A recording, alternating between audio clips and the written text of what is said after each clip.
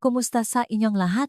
Ako si Dra, Ligaya Santos, at ngayon ay ating susuriin ang isang paksa na magpapabago sa inyong pananaw sa kalusugan at kagandahan, buho. Kalimutan na ang mamahaling pampatubong buho o mga treatment sa salon.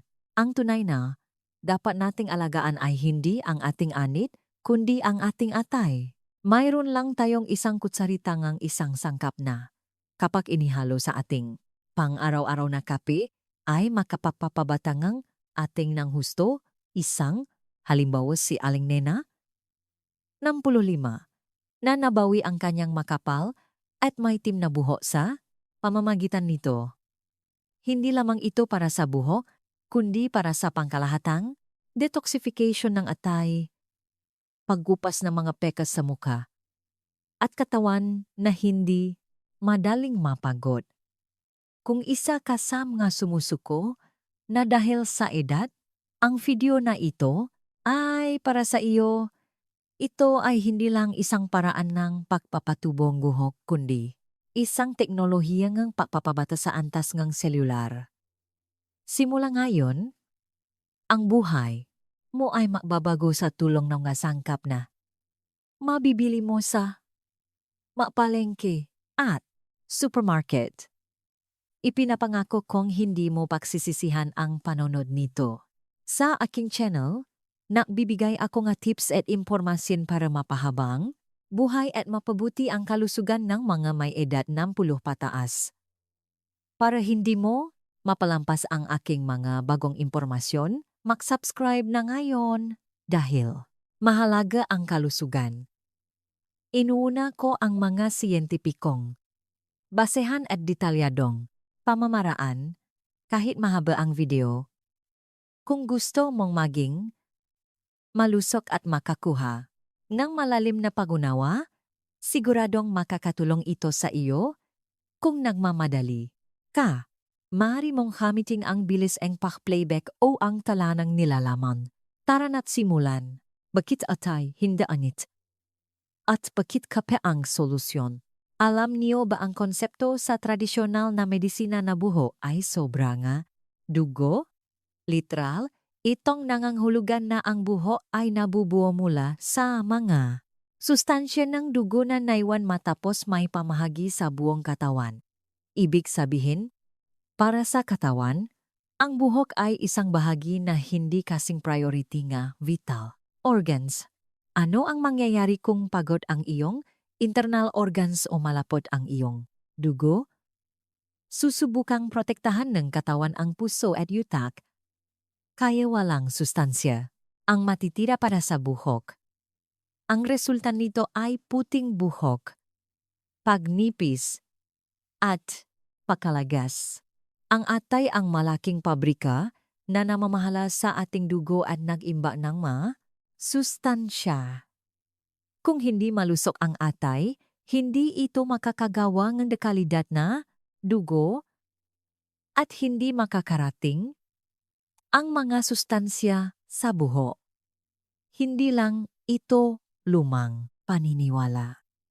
Pinapatunayan na rin ito ang modernong medisina. Isang nakakagulat na katotohanan ang inilatala sa Journal of Investigative Dermatology, isang prestihiyosong journal sa dermatology. Natuklasan nila na ang IGF-1, insulin-like growth factor 1, isang growth factor na ginagawa ng atay, ay mahalaga para sa paglaki ng hair follicles, ang pabrika ng buhok. Sa madaling salita, kapag malusok ang atay, may isang malakas na switch na nag-utos sa katawan na mapatubo ng buho. Sa kabaliktaran, kung pagod ang iyong atay dahil sa labis na pag-inom ng alak, stress, o sobrang additive sa pagkain, hindi ito magpapagana ng switch na ito. Kaya, gaano man kamahal ang pampatubong ng buho na ilagay mo sa anit, hindi ito magiging epektibo. Dito papasok ang kape na iniinom natin araw-araw. Ang chlorogenic acid, isang polyphenol na matatagpuan sa kape, ay na sisilbing pinakamahusay na taga-suporta upang alisin ang kalawang sa atay at bawasan ang pamamaga. Ngunit ang pakiinom lang ng kapa ay maring hindi sapat para sa atay ng 60 anyos na matagal ng pinahihirapan. Kaya naman, ipapakilala ko ang 5 pinakamahusay na sangkap na kapag idinagda sa kape ay makakapapatindi na. Epekto nito ngang 10 hanggang 20 beses makapagde-detox ng atay at makapagpapatubo ng itim na buhok. Lahat ng ito ay madaling mabili sa supermarket, ngunit ang kanilang epekto ay napakalaki. Siguradong makakahanap kang gagay na babagay sa iyong panlasa, kaya panorin mo ito hanggang dulo. Tara na't simulan sa 5 pwesto.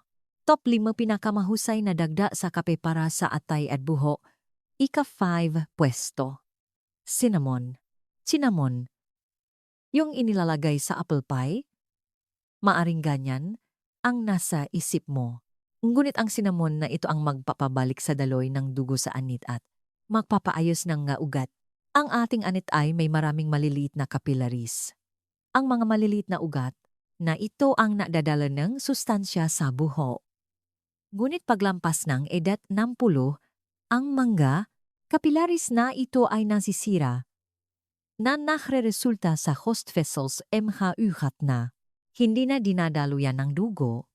Kung putol ang daloy ng dugo, gaano man kaganda ang sustansya, hindi ito makakarating sa buhok. Dito papasok ang cinnamon. Ayon sa mapag-aral tulad ng sa Journal of Medicinal Food, ang nasangkap sa cinnamon ay ipinapakita na may kakayahang palawakin ang mga ugat at pahusayin ang daloy ng dugo. Ang cinnamon ang revival, spitsa na magpapayos sa loob ng mga humihinang ghost vessels at magpapabalik sa daloy ng dugo. Maglagay lang ng 2 o 3 sprinkle ng cinnamon sa kape para magbigay ng kakaibang tamis at aroma na makakapagparelax. Ang stress ay isa ring malaking kawaing atay, kaya huwag maliitin ang epektong aroma. May isang paalala lang? May 2 uringang cinnamon na ibinabenta sa supermarket Ceylon Cinnamon at Cassia. Para sa kapakanan ng atay, mas mabuti kung pipiliin mo ang may label na Ceylon Cinnamon. Kung Cassia ang gagamitin mo, huwag sobrahin. Kalahating kutsarita lang bawat araw. Make sprinkle lang sa iyong pang-umagang kape at makikita mo ang pagbabalik ng buhay sa iyong anit. 4 na pwesto. Pure coco. Unsweetened coco. Ang mahalaga rito ay hindi ang matamis na coco mix kundi ang pure coco na may 70% o higit pang chochoa content. Bakit maganda ang chochoa para sa buhok? Dahil ito ay sa kapangyarihan ng theobromine, ang mapait na sangkap sa chocho. Ang theobromine ay may kakayahang palawakin ang mga ugat at magpapalakas sa daloy ng dugo. Bukod pa rito, ito ay napakabisa sa pagbabalance autonomic nervous system at pagpaparelax. Ang paninigas, ang anit dahil sa stress, ay isa sa mga pangunahing sanhi ng puting buhok at paknipis. Kung matigas ang anit, parang lupang hindi inararo, hindi tutubo ang malusok na buhok. Sa pag-inom ng kape na may coco o cafe mocha, ang theobromine ay makakulong na paluwagin ang anit at lumihangang isang malusok na kapaligiran para sa pagtubueng buhok. Bukod pa rito, ang chochoa polyphenols ay may napakalakas na antioxidant properties. Ito ay makakatulong na alisin ang mga reactive oxygen species na umaatake sa atay at makapagbata ng atay. Madali lang ang paggawa. Ilagay lang ang 1 kutsaritangang puro chochoa sa mainit na kape. Kung medyo mahirap tunawin, haluin muna sa konting mainit na tubig bago ibuhos ang kape para maiwasan ang mga buo-buo. Kung ayaw mong mapait, may idadagdag tayo sa ikabir piwesto na makakapagpaganda negalasa. Ang chlorogenic acid, ang kape at polyphenols, ang koko ang dalawang antioxidant. Power na ito ay makakapaalis ng kalawang muli sa loob ng katawan. Ika-3 pwesto. Black kinako, roasted soybean flour from black soybeans. Hindi ordinaryong kinako, kundi kinako mula sa itim na soybeans ang mahalaga. Sa tradisyonal na medisina, ang kulay ay sumisimbolo sa pagana at ang mga itim na paghain ay sinasabing mabuti para sa bato, reproductive functions, at buhok. Ang antosianin sa itim na balat, ang itim na soybeans ay may kakayahang mapagaling ang pagkapago ng mata at may malakas na epekto sa padaloy ng dugo upang maayos na may hatid ang masustansyang mayaman sa dugo na ginagawa. Ngatay sa ani, kinakailangan na ang dugo mismo ay malinis at malayang dumadaloy. Bukod pa rito, dahil ang kinako ay mula sa soybeans, mayaman ito sa isoflavones. Ang isoflavones na gumagana katulad ng female hormones na bumababa sa edad ay isang napakalakas na kaalyado para sa mga dumaranas ng pagnipis ng buhok o kakulangan ng volume pagkatapos ng menopause. Ito ay isang sangkap na makapagpapabalang sa NH hormones at makapapagbigay NH de kalidad na protein na literal na nagbibigay nga material para sa buhok at ng kapangyarihan. Para mapatubo ito, ang paglalagay nga kinako sa kapaay na bibigay ngang masarap na lasang mani, parang soy latte na napakadaling inumin. Subukan mong haluin ang isang kutsarita ng kinako. Dahil madalas itong bumaba sa ilalim, ugaling haluin habang umiinom. At pagkatapos uminom, kainin din ang natitirang kinako sa ilalim gamit ang kutsara. Mayaman ito sa dietary fiber at oligosaccharides na nagpapabuti sa kalusugan ng bituka. Kapag malinis ang bituka, malinis din ang dugo at nababawasan ang pasanin sa atay. Ito ay literal na isang 2 birds with 1 stone na inumin. Ika-3 pwesto, black sesame seeds, pinulbos na lingga. Ang ginagamit sa mga pagkaing may linga. Tama, ang maliliit na butil na iyon ay may hindi kapanipaniwalang kapangyarihan, lalo na ang itim na linga na matagal nang iginagalang bilang gamot para sa mahabang buhay. Bakit ito nasa mataas na ika-ikipiwesto? Dahil sa isang espesyal na kakayahan na sasamin, isang sangkap na matatakpuan sa itim na linga na wala sa ibang pagkain. Ang karaniwang antioxidants ay mabilis na na-absorb sa katawan. Ngunit, ang sasamin ay hindi natutunaw sa loop ng kaukat at naklalabas lamang na kapangyarihan nito pagdating sa atay. Ibig sabihin, ito ay isang cleanup crew na particular sa atay na nag-alis ng reactive oxygen species. Kapag malusog ang atay, ang hair growth switch na IGF-1 ay bubuhos ng husto. Bukod pa rito, ang itim na linga ay mayaman sa minerals na sangkap para sa itim na kulay ng buhok at dekalidad na langis na pumipigil sa pagkatuyo ng anit. Kung gusto mong maiwasan ang puting buhok at alagaan ang atay, walang mas mahusay na sangkap kaysa sa itim na linga. Kapag inilalagay sa kape, siguraduhin gumamit ng pinulbos na linga o lingang giniling. Kung buo ang butil, matigas ang balat at hindi ito matutunaw, kaya lalabas lang ang sustansya nang hindi na-absorb. Maglagay ngang isang kutsarita ngang pinulbos na linga sa kape. May lalabas na masarap na amoy at nakakagulat na bagay ito sa kape. Ang itim na linga at kape ay isang popular na inumin sa Taiwan at China bilang pampaganda. Kung gagawin mo itong pang-araw-araw na, Ugali. Matutuwa kang tumingin sa salamin pakalipas ng isang buwan? Kahit pwesto. Panutsa. Muscovado sugar. At luya. Aba, dalawa. Oh, ang paksasamangang dalawang ito ay magpapalakas sa synergistic effect ng husto. Una tungkol sa luya. Ang syogaol at gingrol na matatagpuan sa luya ay may kakayahang mapainit sa katawan mula sa loob at mabilis na mapalakas sa daloy ng dugo. Ang atay ay isang organ na sensitibo sa lamig.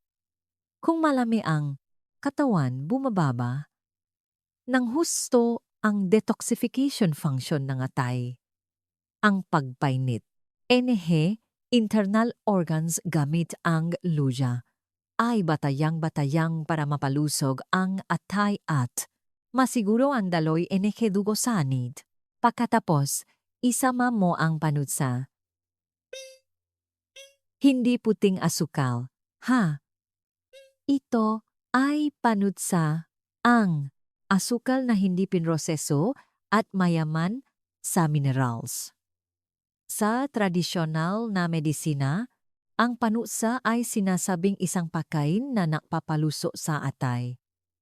At ang pinakamahalaga ay ang nilalaman nitong phenylglucoside, isang sangkap na nakpapabagal sa pag-absorb ng asukal at nakpapalabas ng sobrang asukal. Bukod pa, drito, ito ay may dandang beses na mas maraming mineral tulad copper at iron na kailangan para maging itim ang buhok kaysa sa puting asukal. Ang luya ay parang nakpapalawak kalsada para sa daloyng dugo at ang panutsa ay nagdadala ng materyales na minerals. Ang perpektong teamwork na ito ang pinakamaikling ruta para masolusyonan ang problema sa buhok ng may edad 60. Napakadali lang gawin. Sa mainit na kape, ilagay lang ang konting ginadgat na luya o luya powder at isang piraso ngang panutsa. Ang maitim na tamis ngang panutsa at ang bahagyang anghang luya ay perpektong babagay sa painang kape na parang orihinal na inumin sa isang mamahaling hotel. Subukan mong inumin ang isang tasa nito tuwing umaga. Pagkatapos mong inumin, mararamdaman mo kagad ang pag-init na iyong tiyan at ang daloy ng dugo hanggang sa iyong madaliri. Iyan ang tanda na natutuwa ang iyong atay at ang sustansya ay dumadaloy patungo sa iyong anit. Si Aling Nena, mula nang inumin niya ang kape na may panutsa at luya tuwing umaga, ayuna, nawala ang panginginig nga niyang makamay at pa. Pangalawa, hindi na siya madaling mapagod. At pagkatapos, napansin niya na may tumutubong. Itim na buhok mula sa ugat ng kanyang buho. Ito ang kapangyarihan ng pagbabago. Ang katawan. Konklusyon. Mga babala at payo para sa iyong pagbabago, kaya ano ang masasabi mo? Mula sa ika, 5 hanggang ika, 1 pwesto. Lahat ay nakakaakit na sangkap? Hindi ba? Hindi mo kailangang ihalo lahat. Subukan mo muna ang isa na sa tingin mo ay masarap o mayroon ka sa bahay. Ngunit may isang babala na dapat mong sundin. Kung patuloy mong gagawin ang ilang NG, no, good, nagawi, mawawala ang epekto ngang iyong inumin at posibleng mapabilis ang pagtanda ngang iyong buho. Payagan mo akong bigyan ka ngang babala tungkol sa 3 NG na gawi na ito. Unang NG, paglalagay ngang maraming puting asukal. Kanina ay sinabi kong okay ang panutsa, ngunit ang pinrosesong puting asukal ay absolutong NG. Ang sobrang puting asukal ay nagdudulot ng glycation, isang proseso kung saan ang sobrang asukal ay kumakapit sa protina at nagiging sanhi ng pagtanda ng mga sel. Kapag nag-glycation ang anit, ito ay titigas at mawawalan elasticity, kaya hindi nito kayang suportahan ang buhok. Sa halip na puting asukal, gumamit ng panutsa na mayaman sa minerals o counting. Pulo-pukyutan sa kape. Ikalawang gana, paglalagay maraming gatas ng baka. Hindi ba maganda iyon dahil nakakakuha kang calcium? Maaring isipin mo, ngunit may mapaaral na napakita na ang kasin, isang protina na matatagpuan sa gatas ng baka, ay kumakapit sa chlorogenic acid at polyphenols, ang mga mabisang sangkap-kape at humahadlang sa kanilang pag-absorb sa katawan. Sayang naman kung ang mapampatubo ng buhok ay hindi maabsorb ng katawan at lalabas lang. Kung gusto mong lagyan gatas, gumamit ng soy milk o almond milk sa halip na gatas ng baka. Hindi nito hahadlangan ang pag-absorb at makakapagdagdag ka pa ngang masustansyang sangkap para sa buhok. Ikatlong NG. Inom ka at pakakaising sa loob na 30 minuto. Pero inaabangan ko pa naman ang aking pang-umagang kape. Naintindihan ko ang pakiramdam na iyan, ngunit maghintay ka lang ng kaunti. Paggagising natin sa umaga, ang ating katawan ay naglalabas ng cortisol, isang natural na hormone na pampagizing. Kung maglalagay ka ng caffeine sa oras na ito, masisira ang pagana, enigama cortisol, at magugulo hitsimo enigama iyong autonomic nervous system. Resulta nito ay pagkapagod sa maghapon at mababang kalidad ng pagtulog sa gabi. Ang buhok ay tumutubo abang natutulog tayo sa gabi. Ang pagbababa ay kalidad NG. Pagtulog ay parang pagtatapon ng pagkakataon para sa pagtubo ng buhok. Kung inom ng kape, pinakamainam na uminom pa katapos ngang hindi bababa sa 60 minuto. O mas maganda, 90 minuto.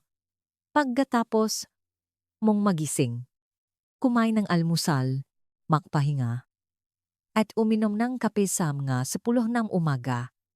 Ito ang golden time na pinakamabuti para sa atay, autonomic nervous system at buhok. Pangwakas na salita, sa inyong paglalakbay tungo sa kalusugan, ang 5 sangkap na ipinakilala ko, ngayon cinnamon, chochoa, kinako, itim na, linga, at panutsa, at luya, ay lahat ay madaling mabili sa mga palengke at supermarket sa Pilipinas. Bago ka umasa sa mamahaling pampatubong buhok o kadudadudang supplements, subukan mo munang lagyan ng isang kutsarita ng mangga. Sangkap na ito ang iyong kapamula sa kusina. Ang buhok ay salamin ng internal organs. Kapag ang iyong buhok ay naging itim at makapal muli, ito ang pinakamagandang patunay na ang iyong atay at ang iyong buong katawan ay bumata at muling nabuhay. Tulad ni Aling Nena, kahit 60 o 70 na ang edad, ang katawan ay siguradong mababago, itapon na natin ang mga salitang matanda na ako kaya dito ngayon. Bukas ang umaga, habang nilalanghap ang amoy ng kape, maglagay ng isang kutsarita ng magic powder na magpapasaya sa iyong katawan. Ang maliit na gawi na iyon. Ang lilihang iyong ngiti pa kalipas ang ilang buwan. Kung mayroon kang maideya o gusto mong subukan ang isa sa mga ito, o mayroon kang sariling paraan ng pag-inom, ibahagi mo ito sa comment section. Ang iyong komento ay makbibigay na lakas na loop sa iba na may parehong problema. Sa aking channel, ipagpapatuloy ko ang pagbibigay ng tunay na kaalaman para sa makamay edad 60 patas upang mamuhay ng mahanda, malusog, at aktibo sa buong buhay. Para hindi mo mapalampas ang mahalagang impormasyon at bagong balita sa kalusugan, Mag-subscribe na ngayon. Isang click lang sa channel subscribe button sa ibaba. At huwag kalimutan pindutin ang like button. Maraming salamat sa panunod hanggang dulo. Buong puso akong umasa na ang iyong buhok at atayang magningning ng husto sa iyong buhay. Buong puso akong sumusuporta sa iyong paglalakbay sa kalusugan. Hanggang sa muli nating pakikita sa susunod na video.